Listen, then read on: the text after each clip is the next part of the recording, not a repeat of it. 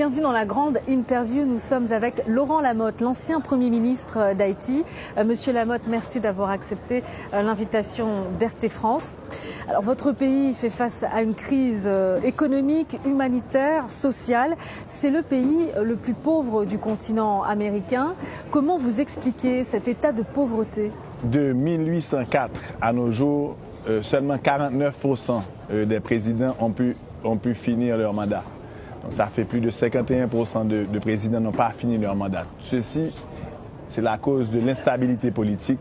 Nous avons une constitution qui est très faible, qui ne prend pas en compte vraiment les désirs de la population et qui aurait dû être révisée il y a longtemps. Mais il n'y a pas eu de révision de la constitution. La constitution alimente, si vous voulez, une instabilité chronique et permanente. Ceci occasionne un manque de continuité des politiques publiques et de plan gouvernemental. Alors c'est vrai qu'on parle beaucoup, notamment dans de nombreux médias, de cette malédiction dont serait victime finalement votre île. Vous en pensez quoi? La première malédiction d'Haïti, c'est après notre indépendance, on a reçu des sanctions. Nous n'avons pas été reconnus pendant 60 ans.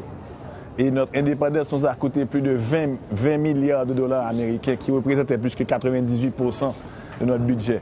Donc n'importe quel pays qui commence avec ses bases, où tout est détruit, où on doit commencer à zéro, ça prend des centaines d'années pour réussir à surmonter tout ça. Indépendamment du fait que nous avons eu plusieurs catastrophes naturelles, nous avons eu par exemple le séisme, qui a quand même tué 250 000 personnes et blessé 500 000 autres personnes.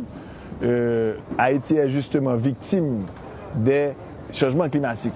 Et des changements climatiques qui n'ont rien à voir avec notre pays. C'est-à-dire que nous sommes là, nous sommes une petite île dans les Caraïbes qui fait face à d'énormes défis de catastrophes naturelles causées par les changements climatiques, justement des grandes nations à travers le monde qui n'ont pas su gérer leur niveau d'émission, qui causent d'énormes soucis à un pays comme le nôtre.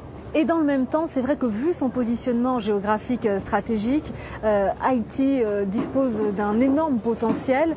Quels sont ses atouts principaux? L'un des plus grands atouts d'Haïti, c'est notre culture, c'est nos plages, c'est la beauté physique de notre pays. Ça, c'est un atout que nous avons. Maintenant, il faut mieux l'exploiter. Bien entendu, il faut avoir aussi la stabilité et la continuité politique et la sécurité qui couronnent tout ça. Alors, puisqu'on parlait de cette instabilité politique, ce n'est pas la seule raison qui pousse le peuple haïtien à descendre dans la rue. Il y a aussi cette grogne contre la corruption généralisée. Quelles sont vos observations à ce niveau? Je pense que le problème de corruption, ce n'est pas un problème qui ni a été inventé en Haïti, ni qui finira seulement en Haïti, mais c'est un problème à travers le monde et on le voit dans les plus grands pays du monde, dans les plus grandes capitales mondiales, le problème de la corruption endémique. Pour Haïti, c'est un problème qui est lié à la pauvreté. C'est un problème qui est lié aux salaires qui sont bas. C'est un problème justement qui doit être résolu par un changement de mentalité, par un changement d'attitude. Nous sommes le premier gouvernement à avoir adopté la loi anticorruption, une loi sévère qui punit la corruption. Vous évoquiez le cas de Juvénil Moïse, l'actuel président. On ne sait pas s'il va pouvoir terminer son mandat. Il y a une grogne dans la rue importante. La corruption, certes, la pauvreté. On a quand même le sentiment que la classe politique, elle a échoué en Haïti. Est-ce qu'elle a sa part de responsabilité, cette classe politique? Dans une situation économique précaire comme celle d'Haïti aujourd'hui, nous avons un président qui a été élu en 2 fois par 55% de la population, donc 45% ont voté contre lui.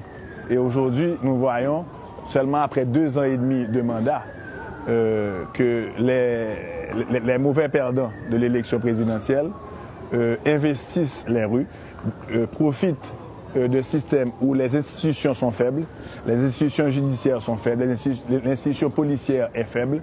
Les Nations Unies, la ministre a laissé, il y a quelques mois, Haïti, et ils ont laissé derrière une force de police très faible. Quelques oligarques qui bénéficiaient dans le passé de contrats juteux profitent d'une situation d'instabilité chronique et de faiblesse des institutions pour financer des gangs et pour financer une déstabilisation politique et sociale de notre pays et demandent le départ du président pour qu'il continue à bénéficier des avantages qu'il jouissait dans le passé. C'est uniquement ça.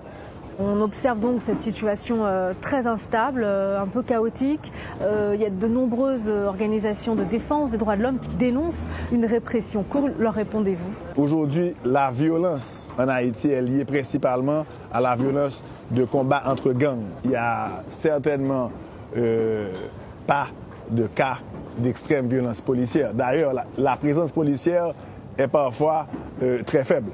Alors ces forces de l'ordre qui sont intervenues, elles ont quand même eu l'air dépassées parce qu'il y a eu des tirs à balles réelles. On a observé des tirs à balles réelles de la part des forces de l'ordre sur les manifestants. Il faut faire attention aux désinformations parce que le monde fait face aujourd'hui à une campagne de fake news et de désinformation qui est réelle. Nous sommes dans une situation où les gangs armés ont repris pied.